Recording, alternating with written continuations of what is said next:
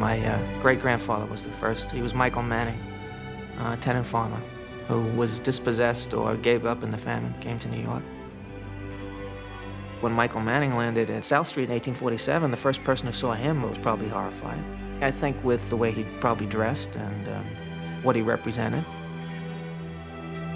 People weren't saying, oh, here's a wonderful immigrant, let's bring him in, he's going to make this city better. Probably the immediate thought was, we wish he'd go home. And then after that, we'd wish he'd go someplace else.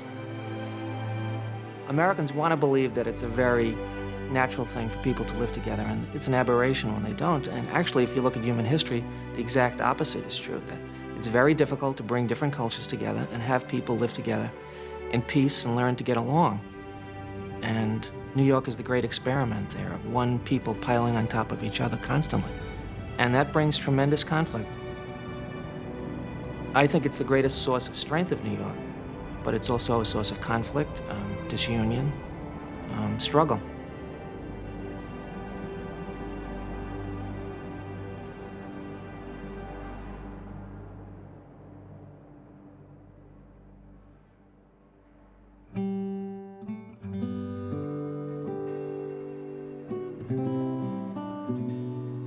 Fewer than 170,000 people lived on the island of Manhattan in 1825. By any modern standard, the largest city in America was still a relatively peaceful place, compact, orderly, and even rural. Just 2 miles from where the Dutch had landed 2 centuries before, the closely knit town tapered off into a wilderness of farms, country lanes, and open fields. George Templeton Strong, a native New Yorker born as work on the Erie Canal began, could easily walk from his father's house down near the Battery, up to the old pear tree Peter Stuyvesant had planted on the outskirts of town. Across the river, in the village of Brooklyn, population 11,000, Long Island-born Walt Whitman loved to play baseball in the vacant fields that surrounded the sleepy town. Life in both cities was still strikingly simple.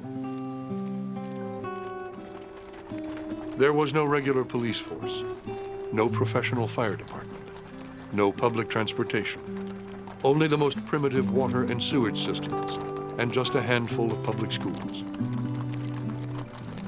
At night, flickering gas lamps, introduced only 2 years before, scarcely lit the poorly paved streets, which after sundown were nearly deserted.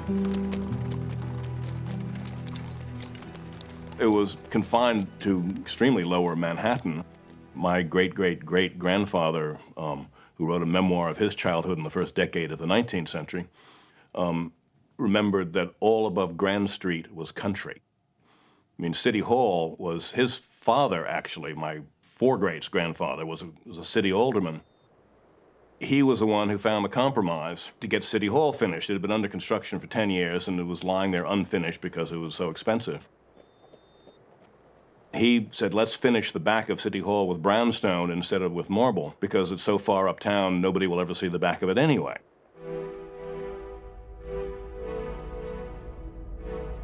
Never again would life in New York City be so simple or harmonious. In the decades to come, forces that had been gathering for 200 years would converge on the island of Manhattan, transforming every aspect of life in the city and bringing every possibility and every problem of the modern age.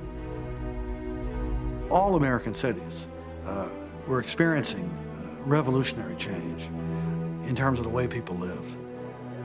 But in New York, it was on a more intense level because the size of the city, the narrowness of the geography, the intensity and extremeness of the growth was so much greater than other places. New York had only 100,000 people in 1800.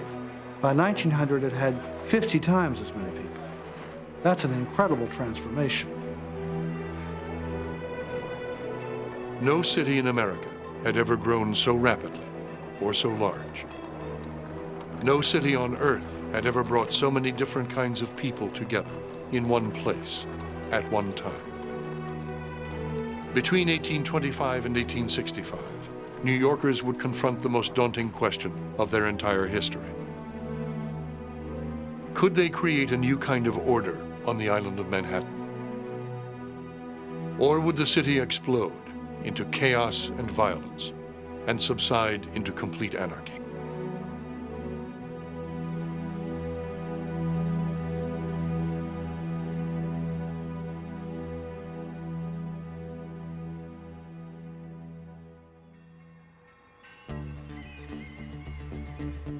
We are rapidly becoming the London of America. I myself am astonished, and this city is the wonder of every stranger. John Pintard. Its advantages of position are perhaps unequaled anywhere. Situated on an island, which I think it will one day cover, it rises like Venice from the sea, and like that fairest of cities in the days of her glory, receives into its lap tribute of all the riches of the earth. Francis Trollope. From the day it opened in October 1825, the Erie Canal sparked an economic revolution that would transform forever life in New York City. Connecting the Great Lakes to the Hudson River and beyond, it transformed New York almost overnight into a gigantic funnel through which much of the wealth of the Western world would now have to pass. By the Erie Canal, New York effectively captured the economy of the Middle West. And it began to grow so extraordinarily quickly. It developed around 10 miles of street front per year in the 1830s, 40s, and 50s. I mean, it was just one gigantic construction zone. And once it starts, it begins to snowball. I mean, it's like a planetesimals building up into a planet. Once it gets enough gravity, it sucks in everything else.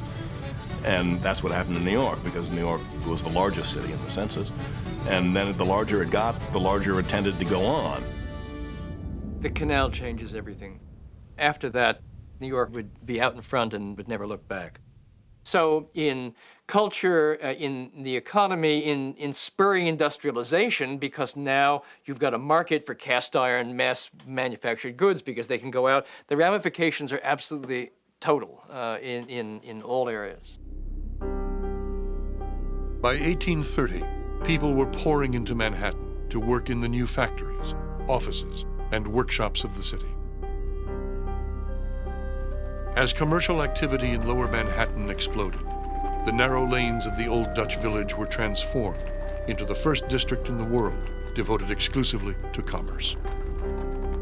So in New York City, almost for the first time in human history, you get an area that's just business, and people don't live there. You have to come there from somewhere else. So it's a breaking up, it's a transformation of the historic city. The people with money begin to move away, the journey to work begins to increase.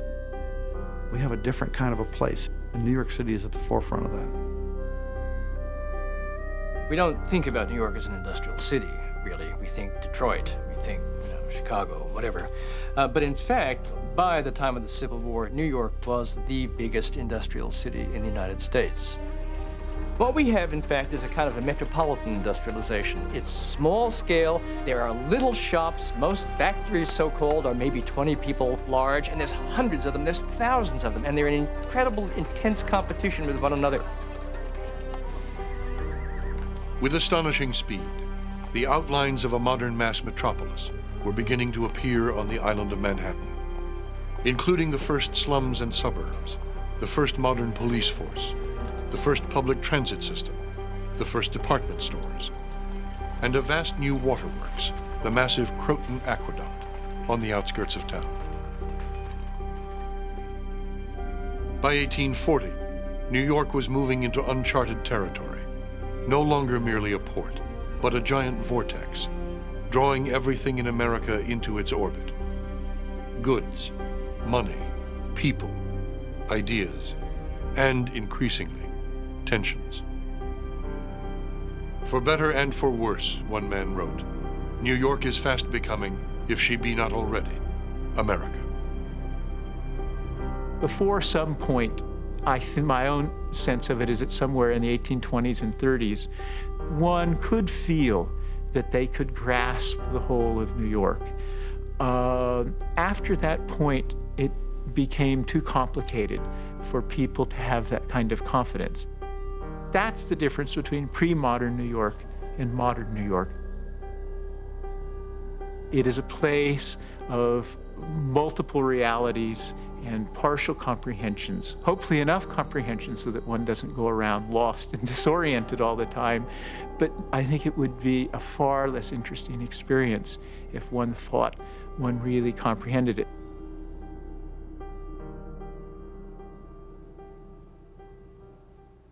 There is no great novel about New York. There is no single novel. There are a lot of very good New York novels, but there's no single all-encompassing novel the way you could look at any number of Dickens books and say we know London as a result of that. I thought that probably the best novel of New York was a newspaper. If you sat down and read the newspapers, you'd get some gauge of what we'd gone through. And the reason is because it's dynamic. The reason is because of its dailiness. There's a dailiness to life in the city, a sense of surprise. It's a kind of a city that, although it insists on routine from a lot of its people, knows that routine is a utopian goal and that some other thing is going to happen between here and 57th Street. You better be ready for it.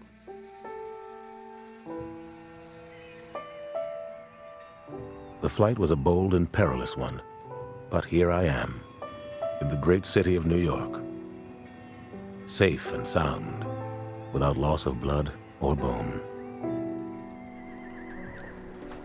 In less than a week after leaving Baltimore, I was walking amid the hurrying throng and gazing upon the dazzling wonders of Broadway.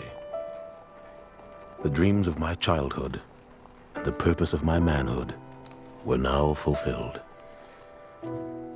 A free state around me and a free earth under my feet. What a moment this was to me. Frederick Douglass. April 1842. Who does not know that our city is the great place of the Western continent, the heart, the brain, the focus, the mainspring, the no more beyond of the New World? Walt Whitman. In the spring of 1841, 22-year-old Walt Whitman arrived in Manhattan, looking for work as a newspaperman. The son of a failed carpenter from Brooklyn, whose own mother thought him a good boy, but very strange. He was one of the tens of thousands of newcomers, streaming in each year to find work in the city. The energy of the metropolis broke over him like a thunderstorm. "This is the city," he wrote ecstatically, "and I am one of its citizens." Silence. What can New York, noisy, roaring, rumbling, tumbling, bustling, turbulent New York, have to do with silence? Amid the universal clatter, the all-swallowing vortex of the great money whirlpool, who has any even distant idea of the profound repose of silence? Walt Whitman.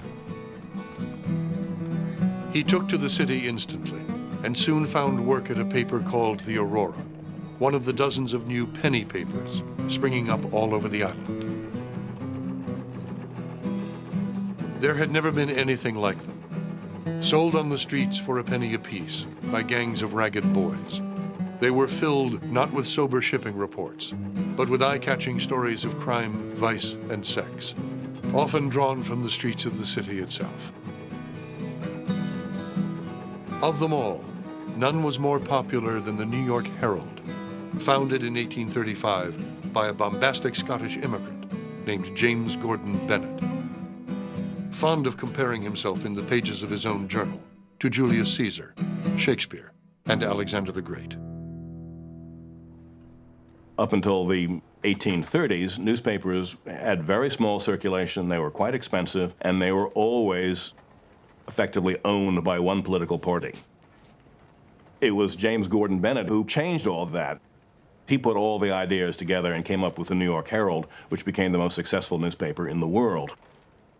It was very low priced, it was politically independent, and it was written not with the idea of instructing the reader with what he ought to know, but with giving the reader what he wanted to know. Modern journalism had begun.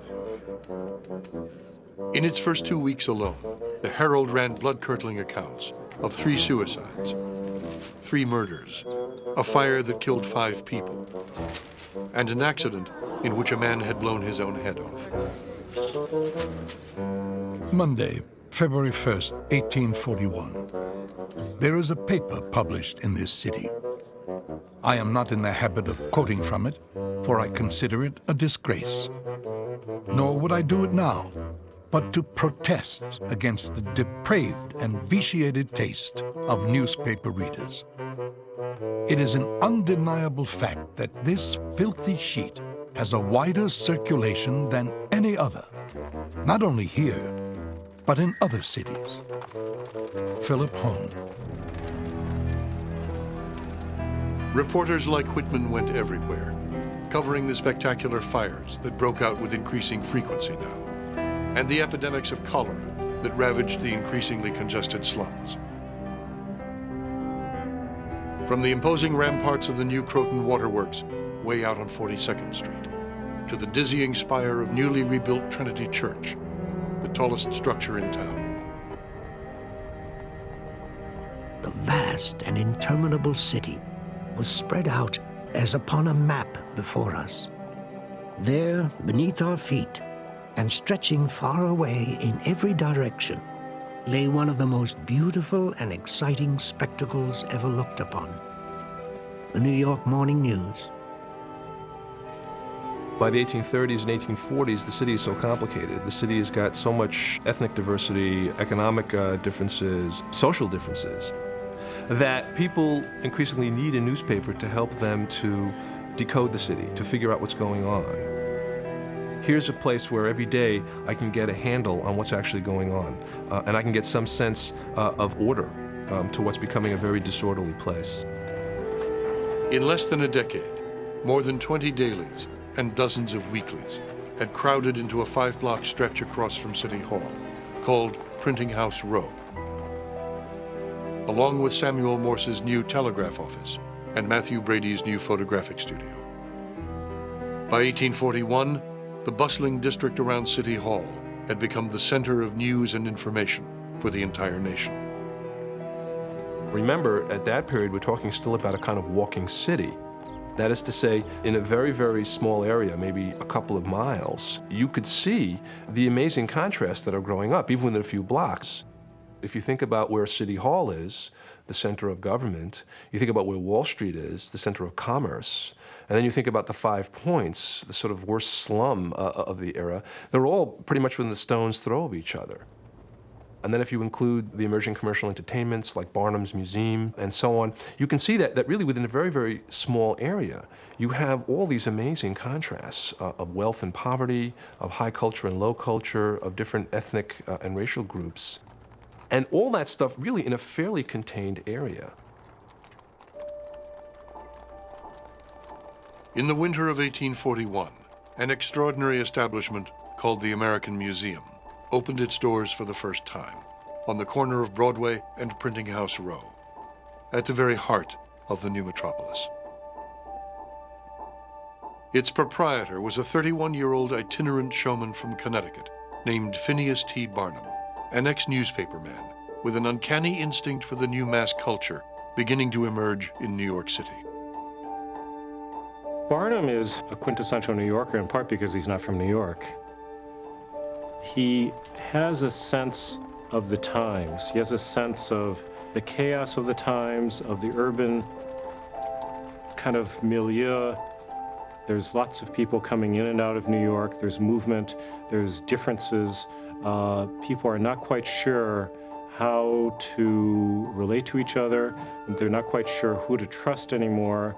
They're not quite sure if the person who appears to be a gentleman because he's wearing good clothing and has a beautiful pocket watch is someone who really truly is a gentleman or not. Eager to exploit the shifting interests and anxieties of New York's increasingly diverse citizenry, Barnum programmed something for everyone in the American Museum, including a scale model of Dublin for the growing number of Irish immigrants, and a 3,000-seat moral lecture room for New York's upright middle-class establishment. Other popular attractions included a mermaid from Fiji, a knitting machine operated by a dog, a bearded girl named Annie Jones, a 25-inch midget named General Tom Thumb, a pair of Chinese brothers named Chang and Eng, the original Siamese twins, and playing to the growing national obsession with the question of race and origins, an 18-year-old microcephalic black man from Georgia, whom Barnum presented simply as the What Is It? March 2nd, Friday. Stopped at Barnum's on my way downtown to see the much advertised What Is It? Some say it's an advanced chimpanzee, but it seems to me clearly an idiotic Negro dwarf, raised perhaps in Alabama or Virginia. His anatomical details are fifthly simian, a great fact for Darwin. George Templeton Strong. Barnum was the primal huckster. He was the Adam and Eve of hucksterism. But the idea was to draw a paying crowd, no matter what, and he was a genius at it. He changed his tricks over and over again. He had a seemingly unending number of them. Now and then someone would cry out humbug and charlatan, but so much the better for me. It helped to advertise me, and I was willing to bear the reputation. I engaged queer curiosities and even monstrosities simply to add notoriety to the museum. P.T. Barnum. There's a game that's being played here. They enjoy the notion that they're being conned, and he's almost inviting you to figure out how he's done it. You know, where's the humbug in this? And you know that you're being had, but there's a pleasure in the game of both being had, knowing that you're being had, trying to decipher how he's doing. You know, how does the magician work his tricks? So Barnum is the spiritual grandfather of ballyhoo, of advertising, of public relations, of a bold brassiness that's a critical component of the New York psyche, certainly from that point on. From the day it opened, the American Museum was a stunning success.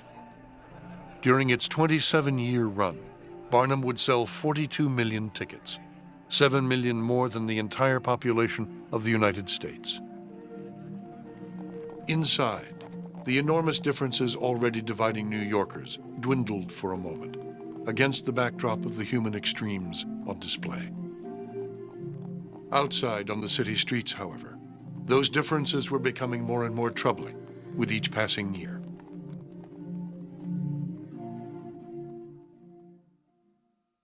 I think the fiction of New York history and New Yorkers' self-perception is that they were the most tolerant people in the world, the cosmopolitan New Yorker, able to accept anyone who came. The reality of New York history reveals quite a bit more tension and conflict in the actual day-to-day social relations of New Yorkers. This was never, say, that welcomed immigrants. If you read the history of New York, whichever group was coming at the time, everyone hated. And then the group that got here 5 minutes before them had someone to look down on, and that's always been the case. June 2nd, 1836. There arrived at this port during the month of May 15,825 passengers. All Europe is coming across the ocean. All that part, at least, who cannot make a living at home. And what shall we do with them? They increase our taxes, eat our bread, and encumber our streets. And not 1 in 20 is competent to keep himself. Philip Home. For years, the number of immigrants coming into the city had been on the rise as the demand for workers grew. By 1840, more than 50,000 Germans had pushed in, settling in an insulated neighborhood of their own called Klein Deutschland, or Little Germany. An even greater number had emigrated from Ireland. impoverished farmers and unskilled day laborers mainly, most of whom quickly found work, taking on the worst and toughest jobs in the city: digging sewers, paving streets, building houses, or working as servants, scullery maids, and seamstresses. By 1842, nearly 100,000 Irish immigrants had flooded into New York City, fueling waves of virulent anti-Catholic bigotry and the bitter resentment of native-born workers who feared for their jobs. It's very hard for people nowadays to realize there was a white, Christian, English-speaking immigrant group that was essentially seen as another race, so foreign that they could never be absorbed into the United States. Their arrival really in the 1840s triggers the growth of the American Party, as it's called at the time, or the Know-Nothing Party, which is essentially said, we have to stop the immigration of these people to the country. They're going to destroy our identity. They can never be loyal because of their loyalty to the Catholic Church. They don't want to work, they're shiftless, they're violent. This was the perception. One of the most interesting things about the Irish is the kind of discrimination that they faced when they came to New York. All of the cartoons of the period show them with huge brows, show them drunk all the time, show them involved in fights and brawls. The Irish were called the blacks of the 19th century. They were not considered to be white. Ethnic conflict had already reached alarming levels on the streets of the city when, in the summer of 1845, a tragedy of unimaginable proportions in the Irish countryside sent a tidal wave of desperate people streaming towards New York. In the years to come, the influx of famine Irish immigrants would overwhelm the city's resources completely and change forever the social and political balance of the metropolis. The Great Migration begins in 1845. Between 1845 and 1855, you have 1 million people die in Ireland in the potato famine, the great defining event of modern Irish history. 2.1 million leave. Of the 1.5 that come to the United States, 1 million come across South Street in a 10-year period. And it's an immigration very unlike the immigrations that follow. One, because it's in sailing ships. It's not in the steamships that become the regular vessel across the Atlantic in 7 days. This is a 30-day passage. Some of them were called coffin ships because there were more people dead on them than alive when they landed. And you have 1 million people, 1/8 of the Irish nation comes across South Street in a 10-year period. There's no other immigration from Europe like that in the 19th century. Hundreds of our people, just cast on shore from the immigrant ships, parade daily the streets of New York as howling beggars. They sleep in droves in the station houses, the commissioners supplying them with bread. In the morning, they wander over the city, begging. No city on earth had ever had to contend with such an onslaught of humanity. In 1854, an old concert hall at the foot of Manhattan, called Castle Garden, was pressed into service to handle the flood tide of impoverished newcomers. By then, there were more Irish in New York City than any other place in the world except Dublin. And still they came on, pushing the congestion in the new slums to more than 300 people per acre. 5 times the density city fathers had anticipated when laying out the street plan 50 years before. The huge famine Irish immigration that hit in the 40s brought here a rural people who had no urban skills. Many of them had no English, and settled into pretty miserable conditions pretty fast. As thousands of Irish immigrants pushed into the 5 Points, one of the only areas in the city where African Americans could afford to live, the two groups were thrown into increasingly bitter competition for the worst dwellings and the lowest paying jobs.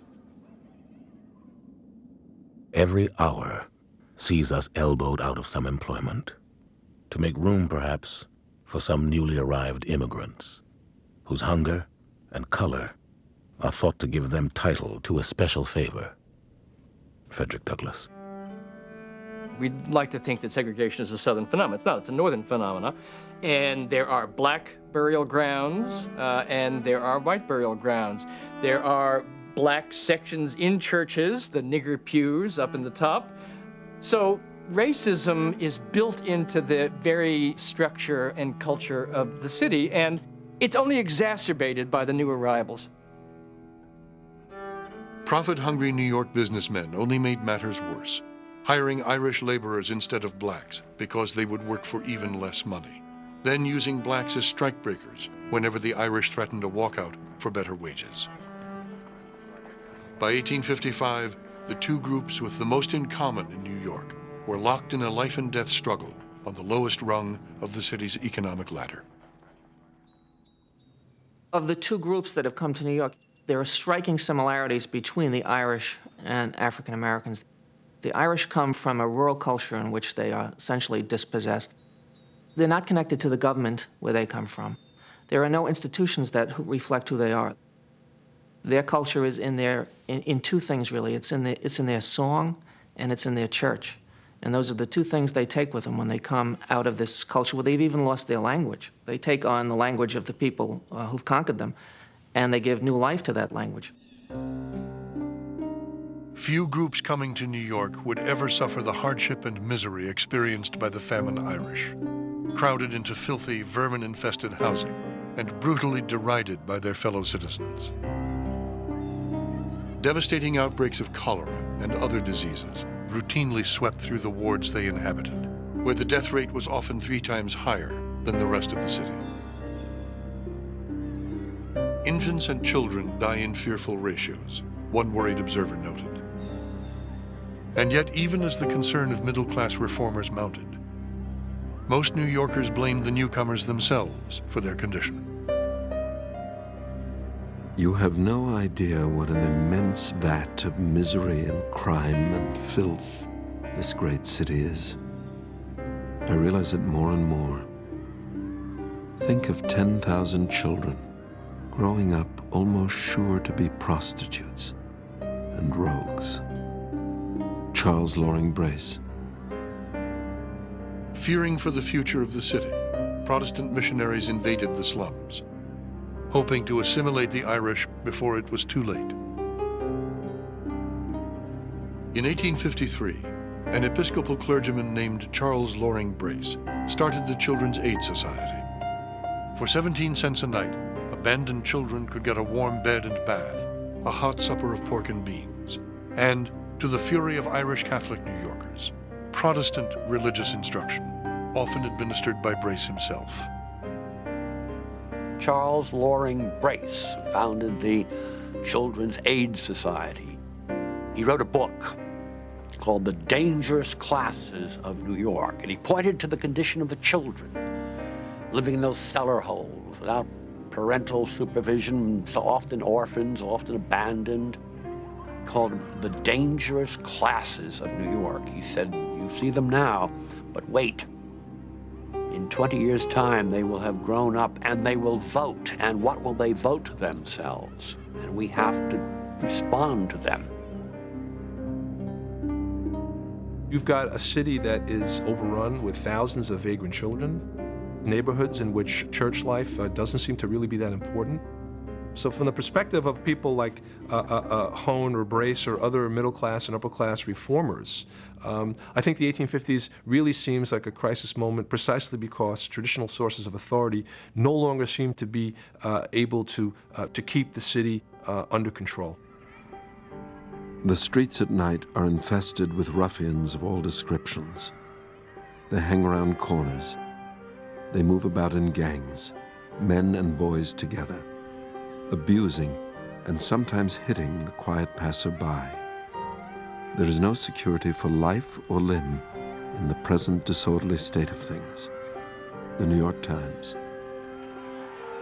Violence of every kind now routinely erupted on the city streets. There were working-class riots against the upper class, nativist riots against the foreign-born, anti-Irish riots, anti-English riots, and anti-black. In the Fifth Ward, and what was now called the Bloody Sixth, rival gangs of Protestants and Catholics vied for control of the streets, striking terror in the hearts of middle-class New Yorkers, like the conservative lawyer George Templeton Strong, who now retreated even farther uptown. November 13th, 1854.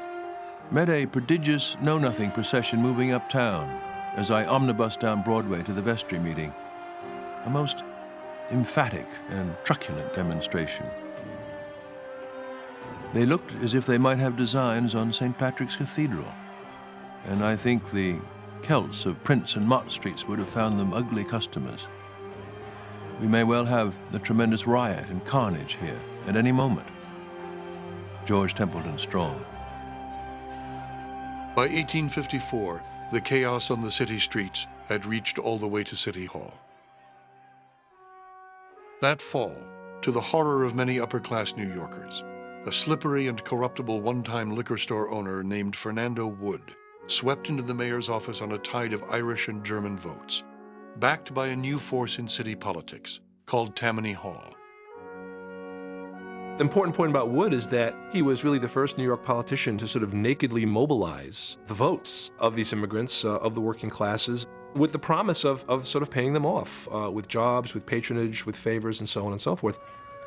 For the middle class and upper class genteel elite of New York, that seemed to be a very frightening thing indeed, because it really suggested that politics was now going to be worked out in a very, very different kind of way.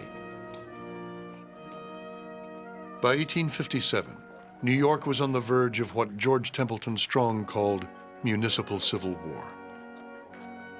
That spring, Wood's Republican opponents, determined to drive the Democrat from office, had the state legislature rewrite the city charter, stripping the mayor of most of his powers. On June 17th, two rival police departments, Wood's Municipals and the state-run Metropolitans, rioted on the steps of City Hall, in the heart of what the New York Times called the worst governed city in the world. Surveying the chaos, the editor of Harper's Monthly threw up his hands in despair. "Nothing has gone as it was meant to go," he wrote, "nor is anything where, according to map and calculation, it should be." For many people around the country, what's going on in New York may seem frightening, scary. To many people in New York, it seems frightening, scary. But I think there's also a sense that increasingly this is also going to be the future. This is what we're becoming. This is where America is heading. And so we need to figure out what's going on in New York if we're going to figure out the future of the Republic. July 7th, 1857. Yesterday morning, I was spectator of a strange, weird, painful scene. The earth had caved in a few minutes before and crushed the breath out of a pair of ill-starred Celtic laborers. Around them were a few men, listless and inert enough, but not so the women. I suppose they were keening. A wild, unearthly cry, half shriek and half song. Now and then, one of them would throw herself down on one of the corpses, wipe some trace of defilement from the face of the dead man with her apron, slowly and carefully, and then resume her lament. It was an uncanny sound to hear, quite new to me. Our Celtic fellow citizens are almost as remote from us in temperament and constitution as the Chinese. George Templeton Strong.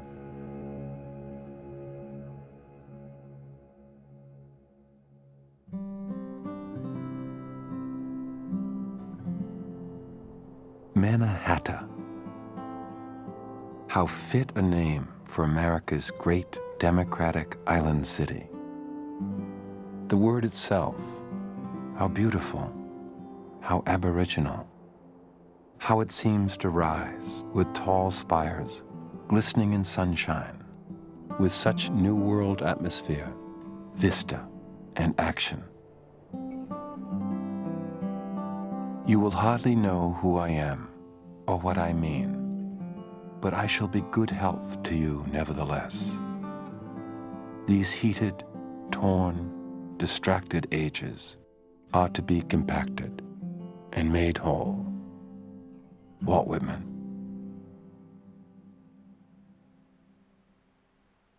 On July 5th, 1855, a slim volume of poetry, bound in green cloth and embossed in gold, went on sale in Manhattan's bookstores.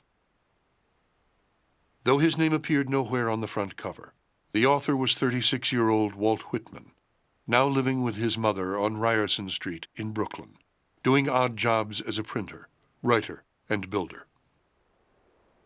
The book, he said, arose out of my life in Brooklyn and New York, absorbing 1 million people for 15 years, with an intimacy, an eagerness, and abandon probably never equaled. Nothing like it had ever been written before in the English language.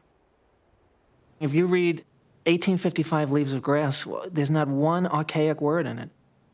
It rings like so much of it like it could have been written yesterday, that this man saw things. He just had this penetrating look into the New York soul, which very few people have ever had, but he had it and he put it down on paper, and it will always be there. The 12 poems it contained, and the dozens more Whitman added in the years to come, were composed during the most turbulent years in the life of New York, as the forces of growth and expansion threatened to pull the city apart. Yet, embracing the entire human landscape of New York, Whitman hoped to show his fellow citizens what brought them together, rather than what drove them apart.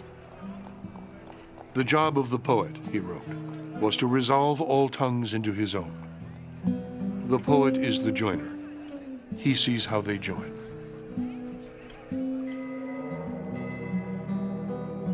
Nested in nests of water bays, superb, rich, hemmed thick all round with sail ships and steamships. An island, 16 miles long, solid founded. Numberless crowded streets, high growths of iron, slender, strong, light, splendidly uprising toward clear skies. The countless masts, the white shore steamers, the lighters, the ferry boats. The downtown streets, the houses of business of the ship merchants and money brokers, the river streets.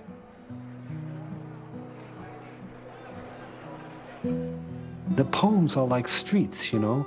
He has this long line, you know, which is like walking a street. And then he comes to the end of it and he walks another street. And each line is another picture, another person, another encounter. Just the additive, inventorying, cataloging nature of Whitman is obviously the first response that one can have to a city like New York. What am I supposed to make of all this? Well, let me list it. Let me start simply by listing it. He also describes the people of the city and the closeness of his sort of collective feelings with them.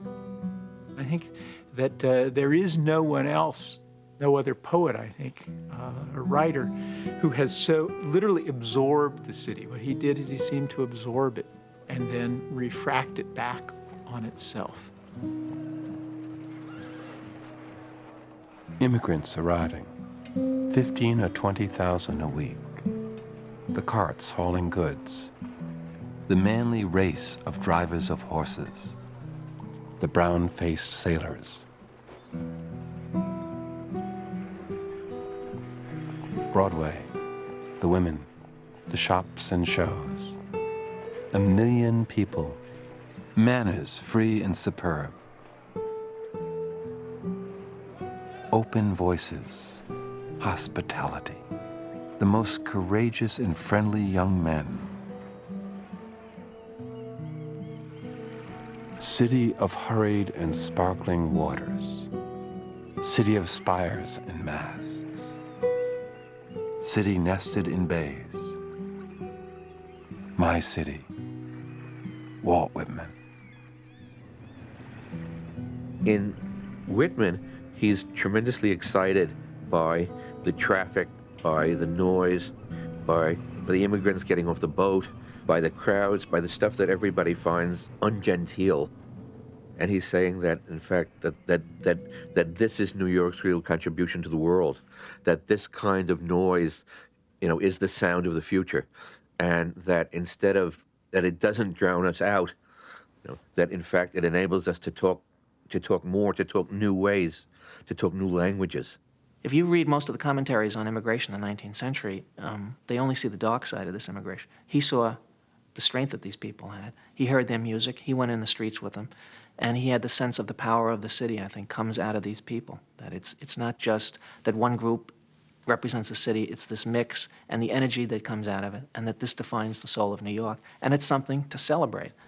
Yes, it brings problems. Yes, it brings turmoil. But I think the whole power of Whitman's poetry is in this celebration of, out of this differences, out of this struggle, something great is going to come. And I think he's the only one in the 19th century at that particular time in New York history who understands it and sees it and celebrates it.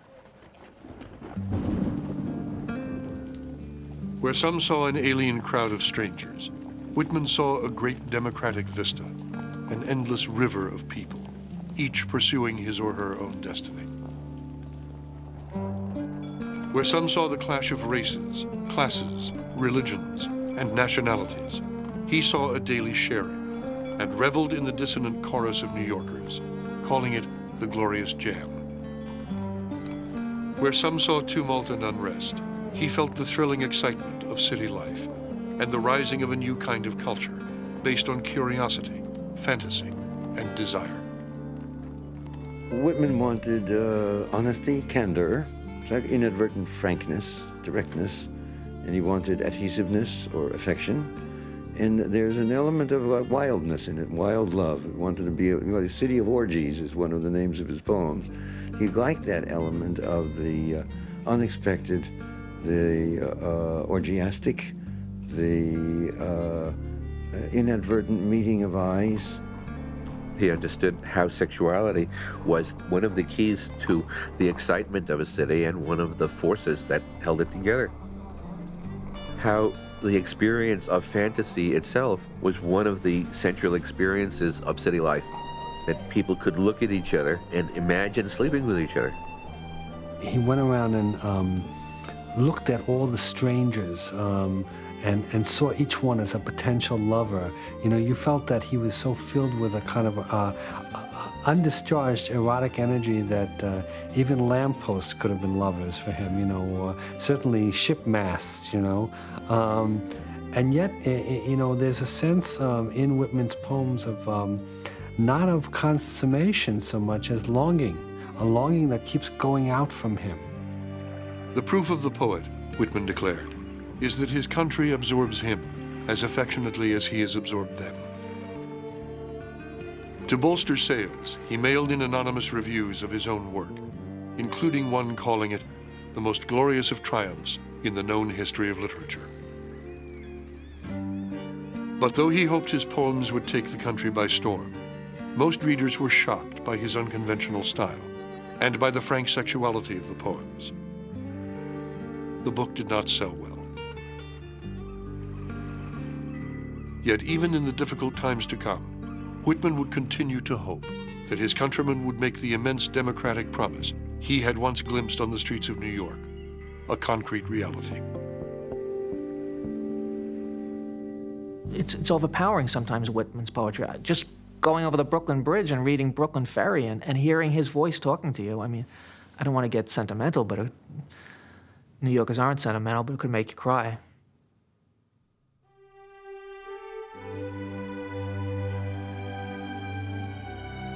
Flood tide below me. I see you face to face. On the ferry boats, the hundreds and hundreds that cross, returning home, are more curious to me than you suppose. And you that shall cross from shore to shore years hence are more to me, and more in my meditations than you might suppose. It avails not. Time nor place, distance avails not.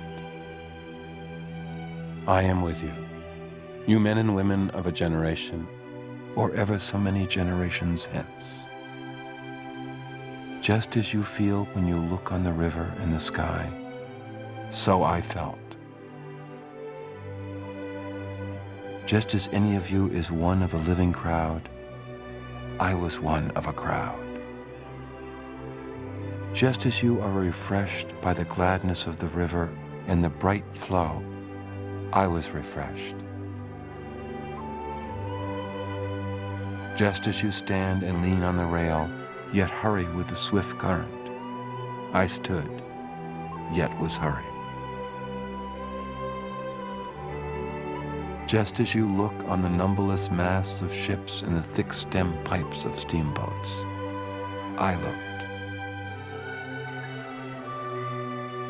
These and all else were to me the same as they are to you. Walt Whitman.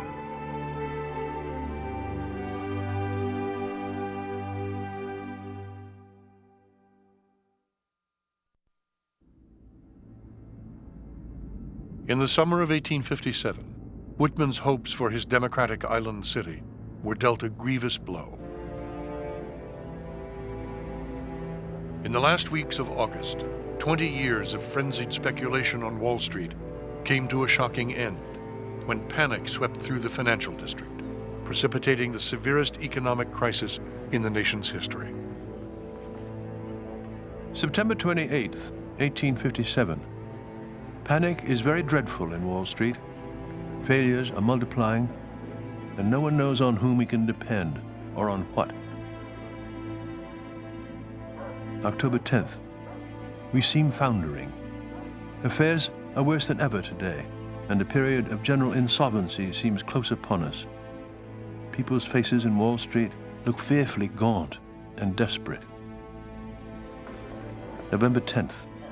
This financial crisis has thrown thousands of the working class out of employment and made it a difficult matter enough to maintain peace and order in the city through the winter. George Templeton Strong. For the country's growing urban population, the panic was nothing less than a disaster. Walt Whitman estimated that in New York alone, more than 25,000 people were soon out of work, and 100,000 more facing hardship and even starvation. Hardest hit were those with the fewest resources, the immigrant poor and the city's beleaguered black population. We're talking about a period where there's no Social Security, there's no unemployment relief, there's no Medicare or Medicaid. There is not that social safety net yet that's erected in the 20th century that helps to ease some of that. And so when you're unemployed, or when you're widowed, or when your child is in trouble with the law, you're hurt, you're injured, life is very, very tough for those people. In the fall of 1857, as banks failed and businesses closed, and thousands of unemployed New Yorkers wandered the city streets, homeless, the state authorities, now in control of New York, embarked upon one of the greatest public works projects ever undertaken in an American city. It would be the most ambitious attempt yet to make Whitman's democratic island city a concrete reality.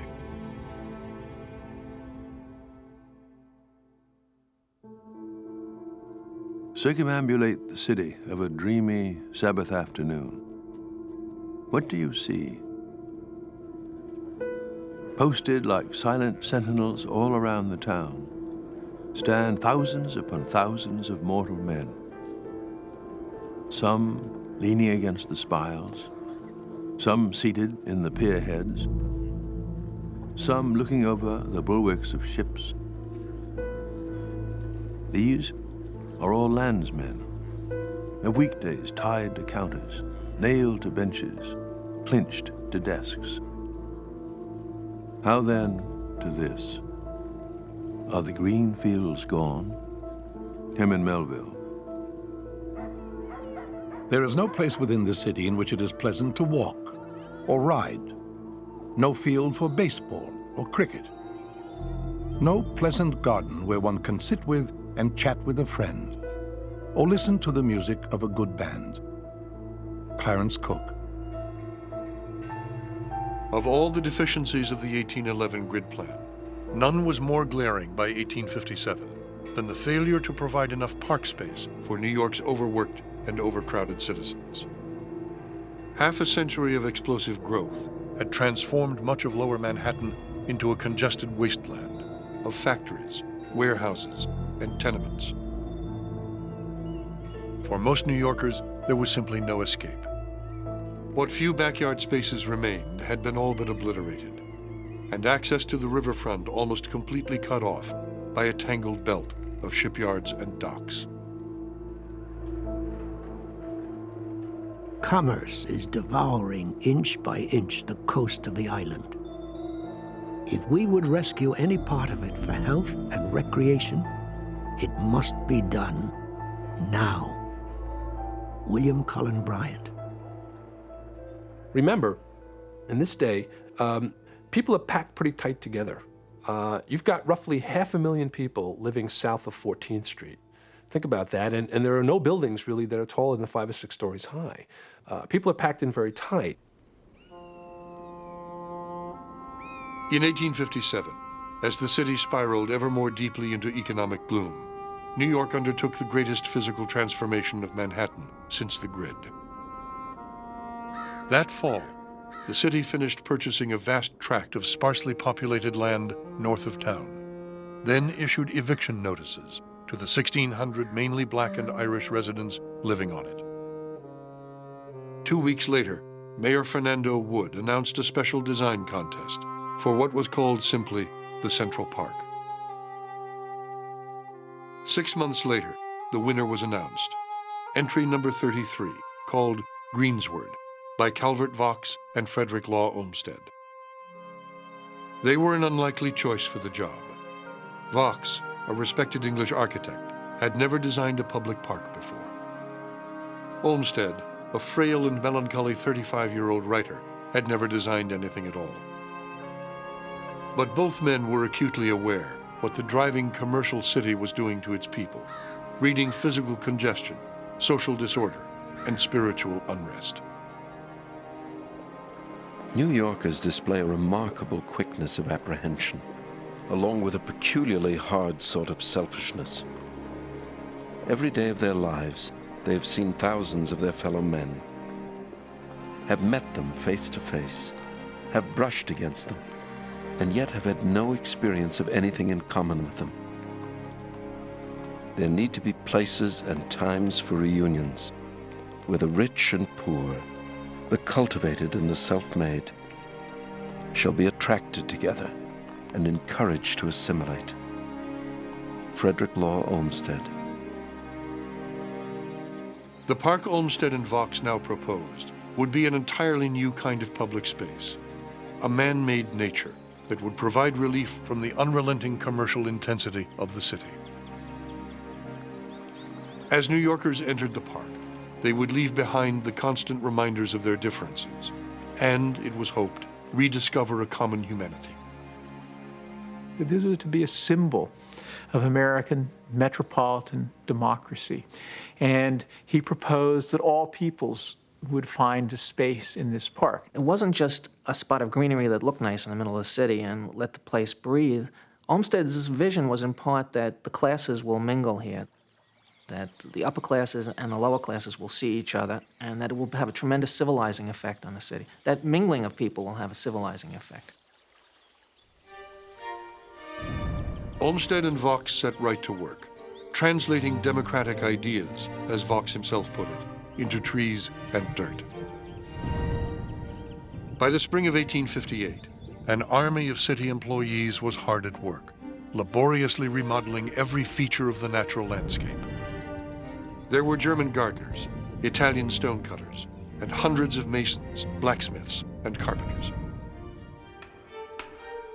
Most of the men were unskilled Irish day laborers, often paid less than $1 a day, and drawn, Olmsted said, from the poorest, most dangerous class of the great city's population.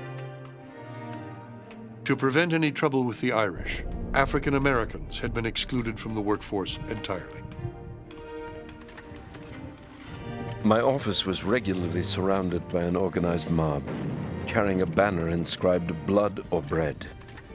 This mob sent in to me a list of 10,000 names of men alleged to have starving families, demanding that they should be immediately put to work.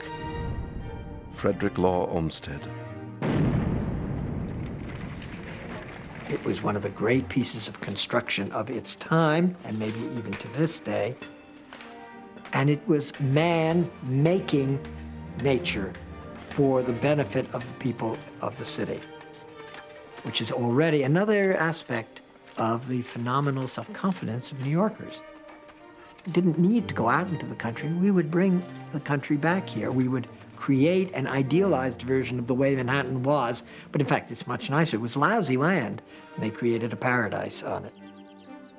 June 11th, 1859. Improve the day by leaving Wall Street early and set off to explore the Central Park, which will be a feature of the city within 5 years and a lovely place in AD 1900, when its trees will have acquired dignity and appreciable diameters. Perhaps the city itself will perish before then by growing too big to live under faulty institutions corruptly administered. George Templeton Strong. In the spring of 1859, an inventor named Thaddeus Lowe sailed high above the construction site in his new hydrogen-filled balloon, called the City of New York, from which he could see the first completed sections of the park.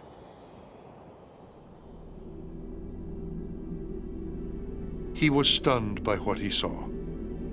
Sprawling across 843 acres, 80 times the size of the next largest park in the city, stretched an endless labyrinth of artfully composed vistas and scenes.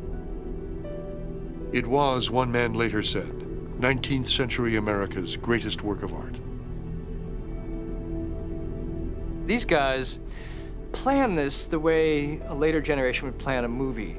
They think about it kinetically. You move through this space and you have a series of composed views. They're constructing environments that are in the height of unnaturalness because they're man-made environments, but the point is that they feel like they're real, unlike the artifice of the city.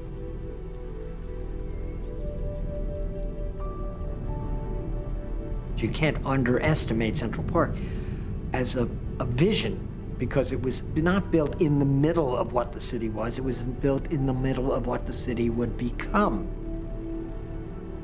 Central Park, instead of having these piddling squares, as though New York was a collection of Kensington-like neighborhoods in London, we would have one huge 840-acre, no small piece of land, big pleasure ground for the city. The park would not be a landscaped, formal thing in the French tradition, but would be a kind of piece of captured nature. Entering at 5th Avenue and 59th Street, visitors were led slowly out of the city, along an elegant, tree-lined mall. A street of nature, skewed away from the city's rigid street plan and penetrating ever deeper into the interior of the park. At the far northern end of the mall, the scene suddenly widened to reveal a breathtaking view. Stretching as far as the eye could see, the park gave the illusion that the open space went on, perhaps forever. An image of the unspoiled continent America itself had once been, now transformed into an urban paradise and permanently preserved.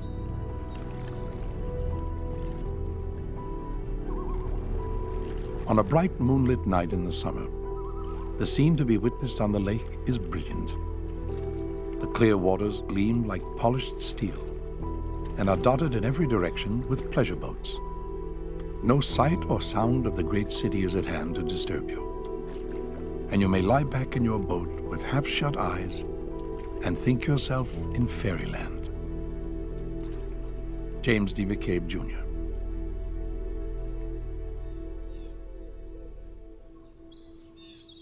October 1st, 1859. Who is not proud that in a day of swindling in politics and of cast iron in building, such grand works can be achieved in rugged honesty and solid stone? It silences forever the clatter of skeptics of the democratic principle as inimical to vast public works. Harper's Weekly.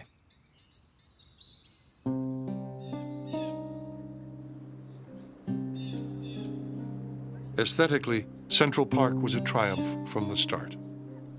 But to Vox and Olmsted's disappointment, it proved more popular with wealthier New Yorkers than with the city's working poor, who needed it most but found it hardest to reach. At this point, in the late 50s, The area that they've got picked out is way to the north of the regular city. Omnibus horse cars do run up there, but it costs at least a nickel, and for a workingman's $1 a day wage, a nickel there and back, and for your whole family, it's, you know, they're going to come, but it's going to be basically a genteel province. On Sunday afternoons, the long sweeping drives streamed with elegant carriages, fewer than 1 in 20 New Yorkers could afford, while working-class vehicles were barred entirely.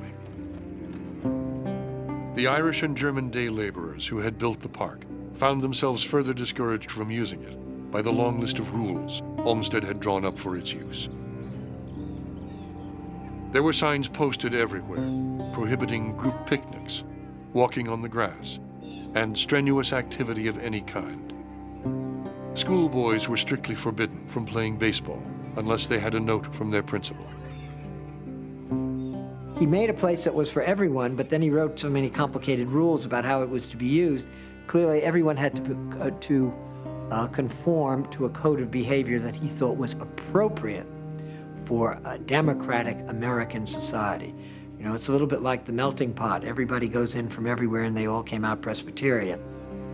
Vaux and Olmsted have park police so that they, in fact, decide that the kind of behaviors that are going to be permitted here are not those of the rough-and-tumble Bowery world, but in essence, Broadway refinement.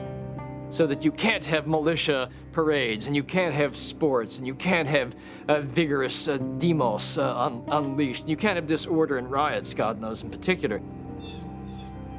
By 1860, the main features of Central Park were nearing completion. But Olmsted and Vaux's masterpiece had done little to ease the tensions dividing the troubled city. And by then, few New Yorkers and few Americans were thinking about parks anyway.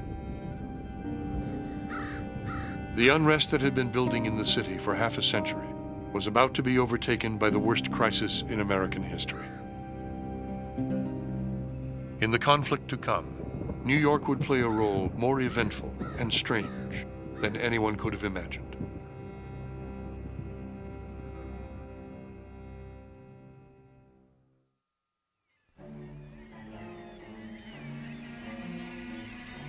At 11:30 on the morning of Saturday, February 25th, 1860, a tall, gangling man in an ill-fitting black coat and battered beaverskin hat stepped off the Cortlandt Street ferry in Manhattan.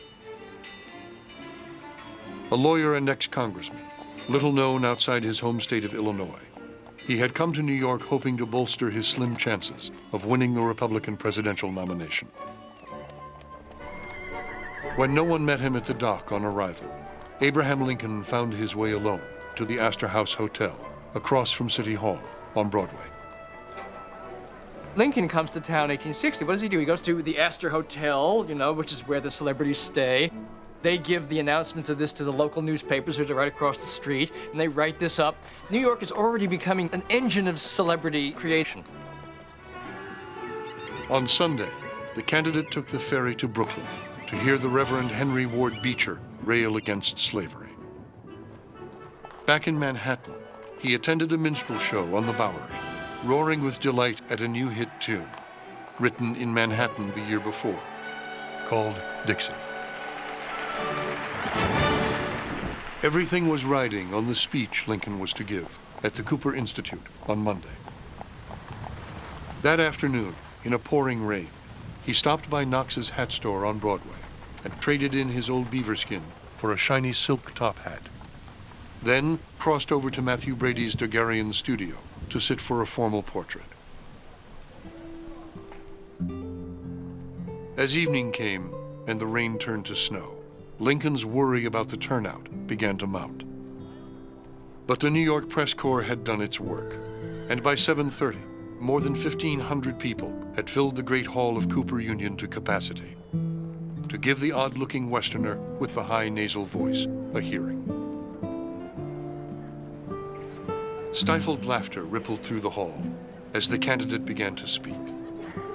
But the crowd grew quiet as he warmed to his theme, imploring his listeners with passionate logic to restrict the spread of slavery. Pretty soon I forgot his clothes, his appearance, and his peculiarities.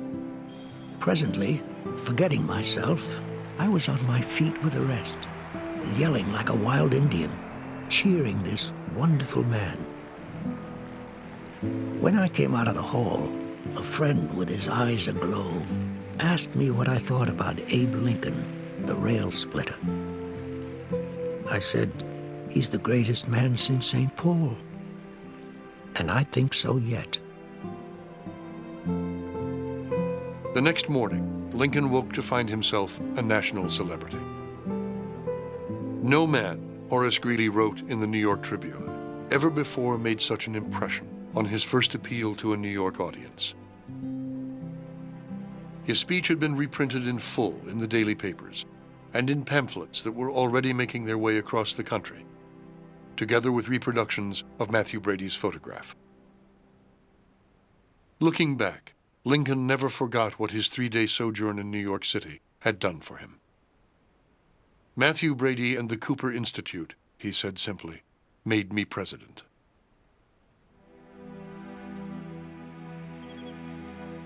On November 15th, 1860, 1 week after Lincoln's election, a giant meteor could be seen illuminating the skies above the city. Omens, auguries, and portents dire, the New York Times declared.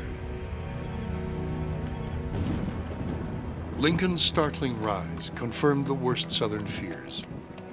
The North and its rapidly expanding cities were going to destroy the Southern way of life. Within days, South Carolina had called for a special session of the state legislature to consider seceding from the Union.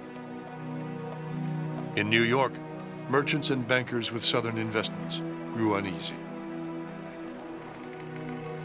New York was a southern city. It was the southernmost city north of the Mason-Dixon line because, in fact, its fate relied upon the slave system. We carried Southern goods, we insured Southern goods, we financed the purchase of slaves. We were totally imbricated in the Southern slave system.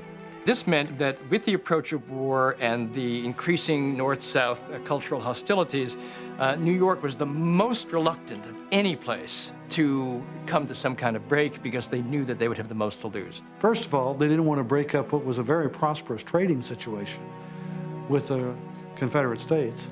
And secondly, they knew full well that the estimated $40 million owed to them by Southerners would likely not be paid in the event of hostilities. On January 21st, 1861, fearing that war would interrupt the lucrative cotton trade, Mayor Fernando Wood suggested that New York itself secede from the Union. And in fact, they passed a sort of non-binding agreement of secession or statement of secession in which New York declared itself the Empire City of the South and dedicated therefore more to its commercial ties than its political ties with the Union and Lincoln. Saturday, April 13th, 1861. This morning's papers confirmed last night's news that the rebels opened fire at Sumter yesterday morning. So civil war is inaugurated at last. God defend the right. George Templeton Strong.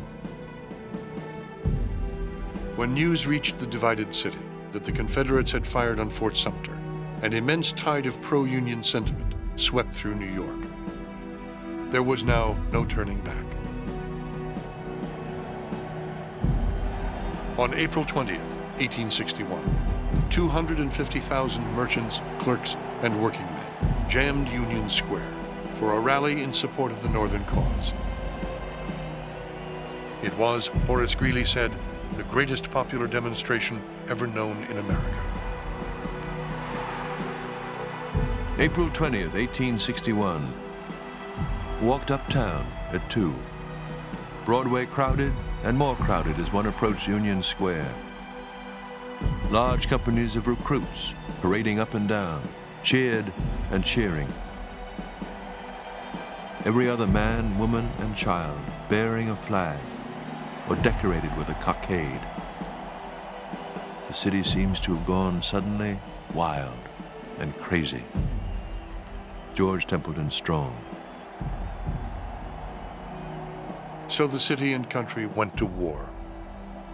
Before it was over, more than 150,000 New Yorkers, including 50,000 Irishmen, tens of thousands of Germans, and 8,000 blacks, would fight for the Union cause.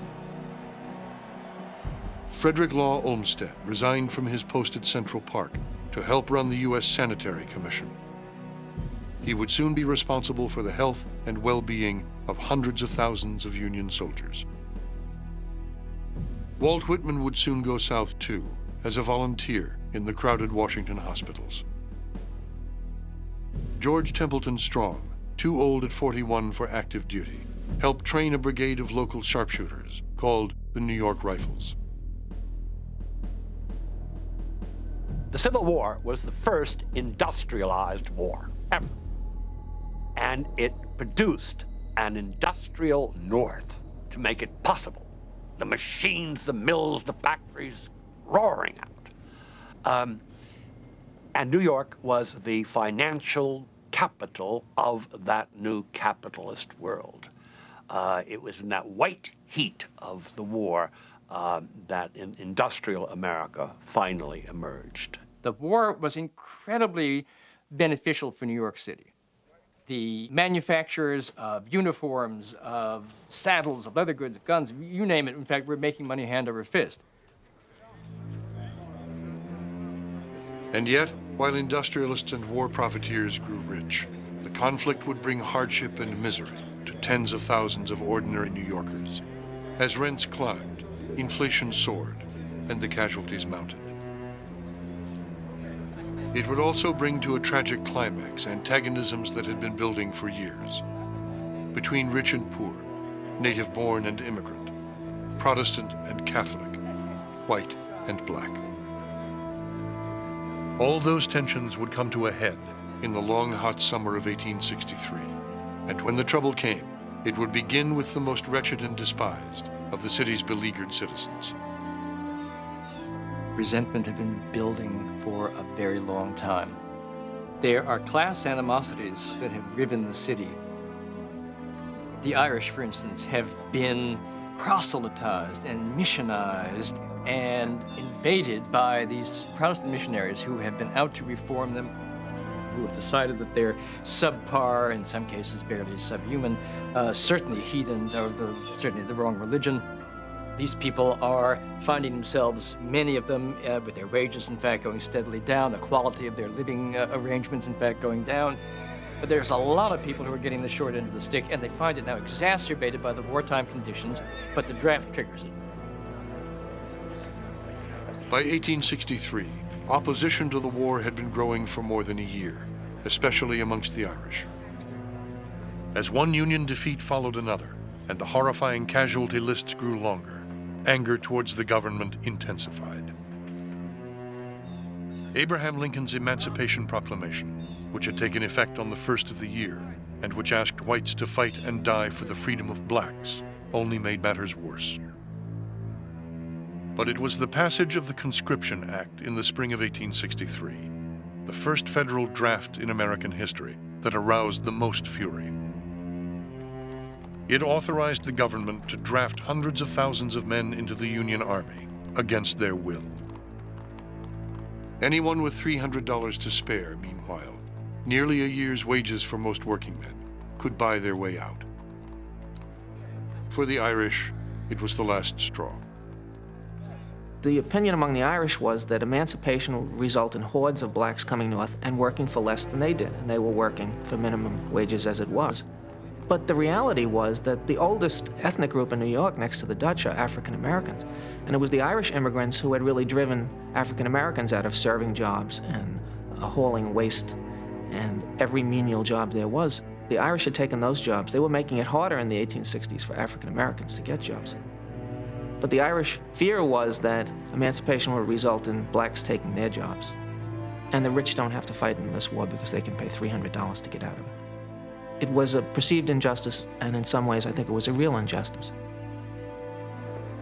In June 1863, the war moved closer to home when Confederate forces under Robert E. Lee invaded the North, spreading terror throughout the Union and threatening Harrisburg, Philadelphia, New York itself.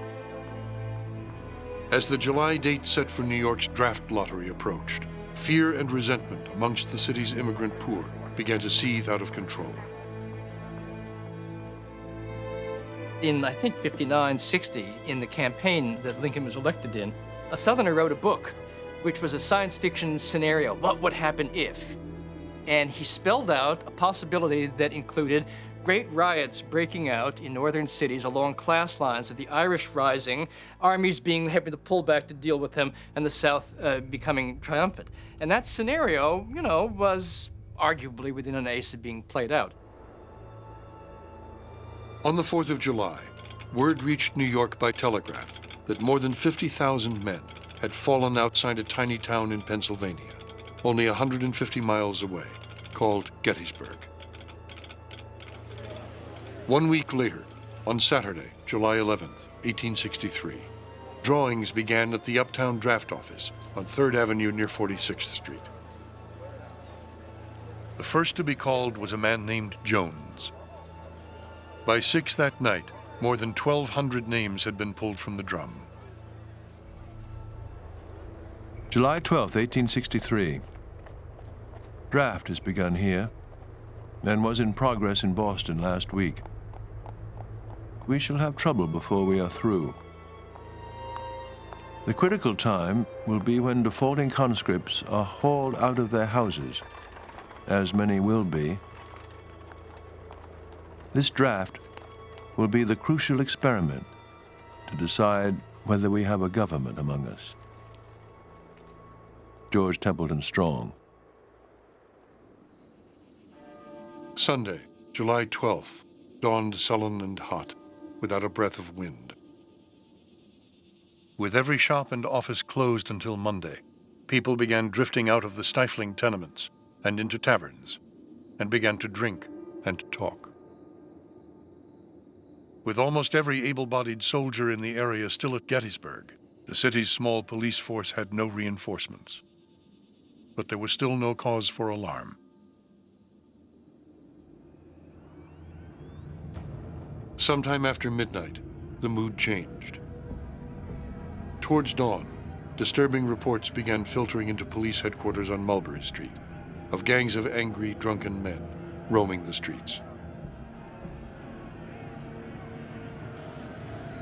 Not long after sunrise, on Monday, July 13th, 1863, waves of angry Irishmen began spilling out of the Lower East Side, moving west across Broadway and heading uptown towards the draft office, armed with iron bars, brickbats, and bludgeons, and growing all the time. At 8:30 a.m., an urgent dispatch went out from police headquarters. Trouble brewing. Telegraph lines cut. Rush large force. The mob was composed of the lowest and most degraded of the foreign population, mainly Irish, raked from the filthy cellars and dens of the city, calling at places where large bodies of men were at work and pressing them in. Their numbers rapidly increased to thousands. It was a strangely weaponed, ragged, coatless army as it heaved tumultuously toward 3rd Avenue, a telegraph operator named Charles Chapin remembered. By 9 o'clock, the mob had grown to 5,000. By the time it reached the draft office, it had swelled to 15,000. And then the violence began. The enraged mob beat through the scanty police guard, smashed and burned the draft office, then turned their fury on a detachment of 32 militiamen, beating and kicking one soldier to death, then turning on another. The mob grabbed him and, taking him to the top of the rocks, stripped his uniform of him. And after beating him almost to a jelly, threw him over a precipice some 20 feet high on the hard rocks beneath. The New York Tribune. By 11:30, the federal draft had been officially suspended in New York, and the city itself was in a state of siege. The scene on 3rd Avenue at this time was appalling. It was now noon, but the hot July sun was obscured by heavy clouds, which cast dark shadows over the city. As one glanced among the dense mass of men and women, the eye rested upon huge columns of smoke rising from burning buildings. For the mob had now begun to plunder and burn, giving a wild and terrifying aspect to the scene. Charles Chapin. They cut the telegraph wires, like Indians did out west when they had to cut the communication system. And the reason that this rising can take place is because there's no army here. The army has, and in fact, a good deal of the local militia are off fighting in Gettysburg. Now, Gettysburg is over, but Lee's army is wounded and dangerous and in the area, and could, in fact, perhaps make an end run and, attack Washington, attack New York. So they're kind of pinned down there for a while. So they have the opportunity of no military presence, and they explode onto the streets. The draft riots represent the closest that New York City ever got to a revolution. It was just a sort of explosion of blind rage. There's no doubt that the biggest, most fundamental cause were, masses of immigrants, many of them Irish, who'd come to the United States with the promise of leading kind of a good life and had found that promise vacated. We're living in misery, we're living in shacks. All day, marauding mobs of infuriated immigrants rampaged up and down the island at will, destroying streetcars and train tracks, looting and burning the Armory on 21st Street, the Harlem Temperance Room, the Magdalen Asylum for Aged Prostitutes, and Brooks Brothers on 5th Avenue, as well as the homes of police officials and prominent Republicans and politicians of any kind, and the rich. The riot over the next 3 days, it's the largest incident of civil disorder in the history of the United States. The crowds do a couple of things. One, they go after those that they think are the agents of this war. They go after the New York Times. Huge crowds surge down and try to attack the Times building. And Leonard Jerome, one of the owners, is up on the roof with Gatling guns, sort of trained on the crowd. They, head for Wall Street, although Wall Street is the most vigorously defended of all. There are naval gunboats that are brought up to train on the crowd, and hot oil is being prepared by, employees up on the roof. But they go after individual rich people, and because class divisions are played out on the street sartorially, they'll say, there goes a $300 man, and they'll mob them. Or they'll go to Gramercy Park and try and sort of smash up homes. So they attack upwards, and they also attack downwards. Because on the one hand, they hold blacks responsible in some sense for this, because, if there hadn't been blacks, there hadn't been slaves, there wouldn't be any of this stuff. That's what it was about. Just pure racial hatred and fear. And then those who have kept people of African descent down for so long begin to believe the lies that somehow we are different from the rest of humanity. Somehow we don't deserve our equal rights. Somehow we deserve to be abused and mistreated. And then they act out on that in the most vicious and brutal of ways. At 2:30, a mob of immigrants screaming, "Burn the nigger's nest," surrounded the Colored Orphan Asylum at 5th Avenue and 43rd Street, home to more than 200 African-American children under the age of 12. All of the terrified children managed to escape out a back door, the older ones carrying the younger ones on their backs, before the mob broke in, hacked apart furniture and toys with axes, then set the building on fire. A 10-year-old girl was killed on the street outside when a dresser heaved from a window, struck her in the head. Well, the extent to which the black population had become the symbols of everyone's anger in this war is really seen in the destruction of the Colored Orphan Asylum. This is probably the most offense-less group of people in the city at the time. But a mob walks up to the asylum, torches it, and is attempting to kill the inhabitants. A police guard has to escort the children with their little bags and satchels of clothes tossed across their shoulders through the streets of Manhattan. The police and the soldiers are carrying rifles with bayonets on them to keep the crowds back. They have to put these children on a barge and carry them out to the middle of the East River where no one can get to them, where they remain for a day or two before they go on to Long Island to safety. July 13, 1863. The Colored Half Orphan Asylum on Fifth Avenue is burned. Tribune office to be burned tonight. If a quarter of what one hears be true, this is an organized insurrection in the interests of the rebellion, and Jefferson Davis rules New York today. George Templeton Strong. By the end of the first day of rioting, the wealthiest and most important city in the nation lay in a state of anarchy, all but complete. As darkness fell, an infernal pall of smoke shrouded New York. Towards midnight, stabs of lightning and lashing sheets of rain broke over the town. If the devil would appear before me now, if I could just stand for an hour on the streets of New York during the draft riots and see what this was like, this explosion, which I think to large measure would define the city for generations afterwards and would stay in the recesses of the memory. What did the city smell like and look like at that moment? That's the moment I would like to see. Stand on a rooftop and look down.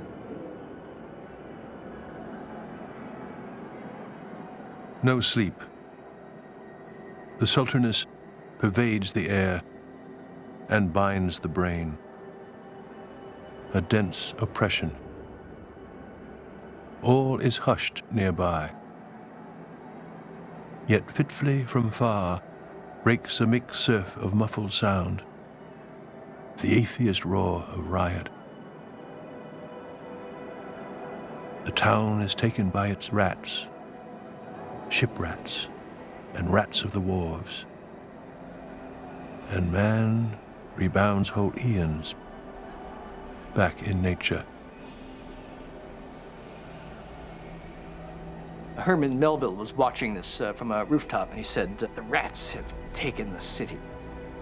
And to the degree that you're beginning to think about the dangerous classes, and now here it is, Judgment Day has come, and they've exploded onto the streets. The worst fantasies that you can imagine are actually being enacted. You look at the riots in Los Angeles, or you look at the Gordon riots in London in the 1780s, or you look at the Paris Commune, there's only one mob in history. All mobs do the same things. There's a reptilian brain buried in the human brain. And when people lose their individuality in mobs, they do things like this. And the draft riot mobs were no different from any other mob. They were capable of really extraordinary, hideous violence against people. On Tuesday, the atrocities against African Americans grew worse. On 8th Avenue, a mob of 5,000 men went house to house, searching for black families and interracial couples to hang and burn. On Wednesday, the hottest day of the year, a black shoemaker named James Costello was beaten, kicked, stoned, trampled, and then hanged. A few hours later, a mob of Irish laborers pulled a crippled 22-year-old black coachman named Abraham Franklin from his lodging house. He was tortured, lynched, burned and mutilated, then dragged through the streets by his genitals. His body parts are then fetished. The crowd begins to chop pieces of his body up and carry them about as souvenirs. And that's not necessarily the most extraordinarily violent episode that happens in this week of violence. Blacks were chased to the docks, thrown into the river, and drowned, while some, after being murdered, were hung to lampposts. Between 40 and 50 colored persons were killed, and nearly as many maimed for life.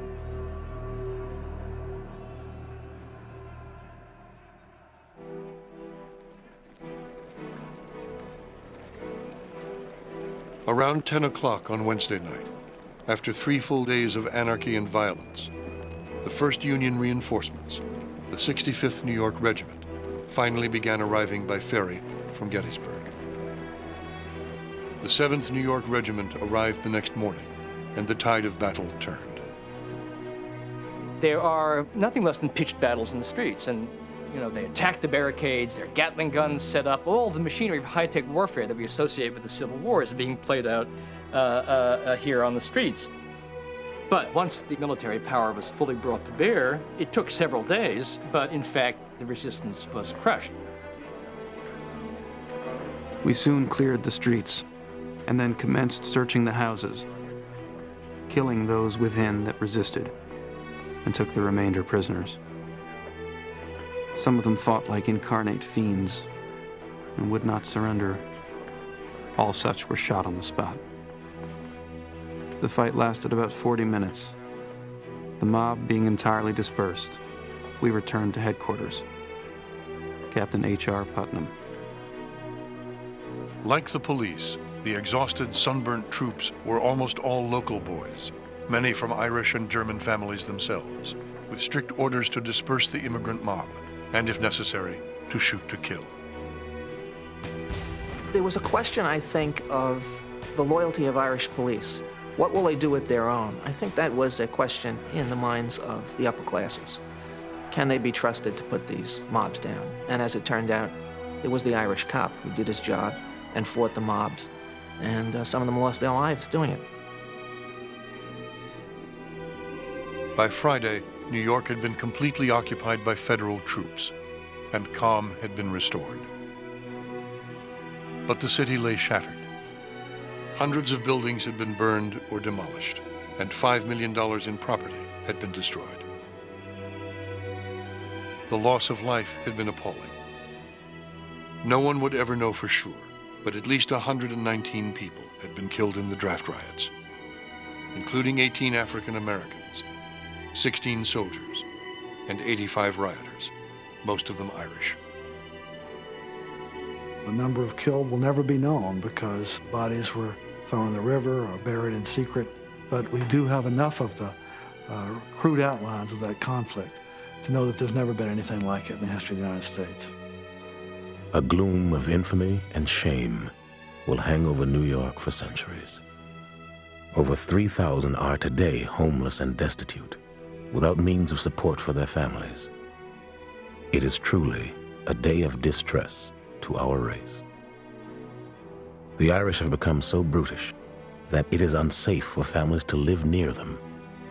And while I write, there are many now in the stations and country hiding from violence. The Christian Recorder. Nothing delights us more greatly as to hear of Yankees burning, destroying, and killing Yankee buildings, Yankee property, and Yankee men. The Charleston Daily Courier. I think one of the great comments on the draft riots comes oddly from Walt Whitman, who during the war is in the South in Washington, D.C., and who writes a letter back to his mother saying that feelings are hot as fire against New York City right now because the whole country is being tortured. So how can New York express its problems violently against the government and against the black population when no one is doing well under these circumstances? It had been, Walt Whitman wrote, the devil's own work all through. And in an anguished letter home, he struggled to make sense of what had happened to his city and his people. So the mob has arisen at last in New York. It seems the passions of the people were only sleeping and burst forth with a terrible fury. I do not feel it in my heart to abuse the poor people or call for ropes or bullets for them. We are in the midst of strange and terrible times. One is pulled a dozen different ways in his mind and hardly knows what to think or do. Walt Whitman. It would take decades, generations, for Americans to come to terms with what had happened on the streets of New York. In some ways, it is a culmination of the economic transformation of the city. The foundations of the industrial New York that would be the New York that would last into the 20th century were being laid. And I think that there was lots of tension and conflict in that. So it's a political crisis, it's a racial crisis, it's a class crisis, it is a simple crisis of fairness and justice. And you have this conflict start, which still continues in America, between people coming to the cities from inside the country, African Americans, and people coming from outside. And that there's this conflict there between African Americans and immigrants, which will survive to this day. Who's going to be at the bottom in New York? And what America has always decided in the end is that race is more important than anything else. That's who will stay at the bottom. In the months to come, some efforts were made to make restitution to the city's black population. But it was too little, too late. August 24th, 1863. Relief and damage money is well enough, but it cannot atone fully for the evils done by riots. It cannot bring back our murdered dead. It cannot remove the insults we feel. And it gives us no proof that the people have really changed their minds for the better towards us. Dr. J.W.C. Peddington. In increasing numbers, African Americans left New York. As late as 1900, fewer than 60,000 African Americans made their home in Manhattan, out of a population of almost 2 million.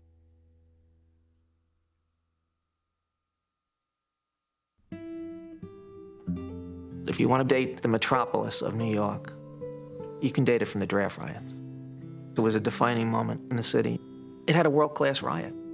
That's a mark of a world-class city. I mean, Paris, London have had tremendous social explosions, and New York became a world-class city with a world-class riot. This was, in a way, in an ironic way, it was a mark of the city's arrival, I think, on the world stage, that you could have violence on this scale. I think that the draft riots really provide a kind of wake-up call for the elite and middle class of New York, because it is a demonstration of, in the phrase of the day, the volcano under the city.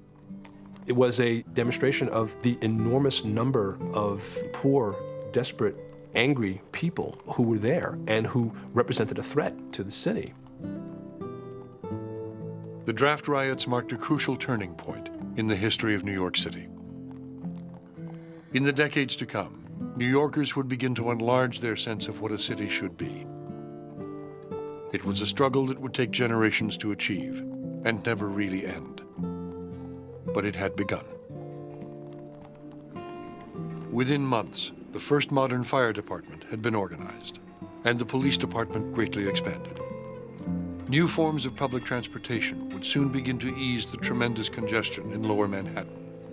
And by 1866, a Metropolitan Board of Health had been formed, the first of its kind in the country, as doctors plunged into the slums to assess the sanitary conditions of the poor. Their findings shocked New Yorkers and forced the city to pass the first laws regulating housing in the United States. It is shameful, George Templeton Strong wrote, that men, women, and children should be permitted to live in such holes. What's important about the 1867 law is that it establishes the principle, for really the first time in American history, that government in general has the right to establish some minimal standards of livability and safety and quality. And there were other consequences of the riots, even more momentous.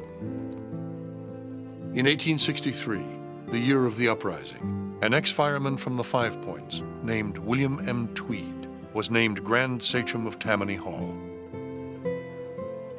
One of his first acts was to push through a special low-interest loan program that enabled poor New Yorkers as well as rich to buy their way out of the draft.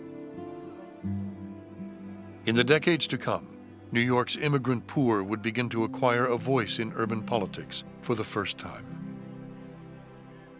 The draft riots, which the Irish were fundamental players in 1863,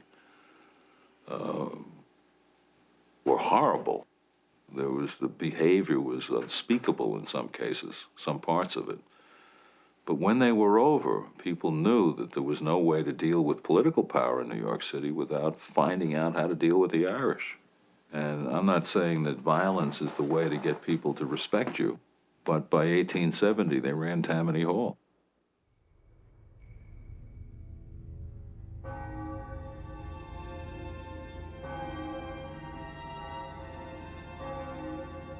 At 7:30 on the morning of Saturday, April 15th, 1865, church bells began tolling all over Brooklyn and New York. The morning papers carried staggering news. President Abraham Lincoln had been assassinated the night before. On Portland Avenue in Brooklyn, Walt Whitman and his mother silently passed the morning papers back and forth, too stunned to eat or talk. Late in the afternoon, Whitman took the ferry to Manhattan and walked up Broadway under a darkening sky. The normally bustling thoroughfare was eerily quiet. The storefronts shuttered and hung with black. Here and there, people huddled in doorways to escape the steady rain. Saturday, April 15th, 1865. Black clouds driving overhead. Lincoln's death. Black, black, black. As you look toward the sky, long, broad, black, like great serpents, undulating in every direction. Walt Whitman. "10 days later, a funeral train brought Lincoln's body to New York on its way home to Illinois. Hundreds of thousands of grieving New Yorkers silently lined the streets of Manhattan as the president's body was borne slowly down Broadway toward City Hall. African Americans were barred from the ceremonies at first, then at the last minute allowed to march, but only at the very end of the parade. Scalpers sold choice positions along the route for $8 apiece. From the second floor of his family's house on East 28th Street, 7-year-old Theodore Roosevelt and his brother looked on. Parties for the moment do not exist. While all men of whatever religious faith, of whatever political creed, are united, perhaps for the first time in the history of the Republic, in love for the departed, in sympathy for the bereaved. Touching evidence of the firm seat occupied in the popular heart by the lamented president is the almost universal exhibition by the poor, the very poor people of this city and the adjoining city of Brooklyn. The New York Times. Lincoln's death brought New Yorkers together as nothing else had. But in the restless, turbulent decades to come, as the city led America into a new age, crucial questions remained. Would it be possible to bridge the enormous chasms still dividing Americans and make the Union an enduring reality?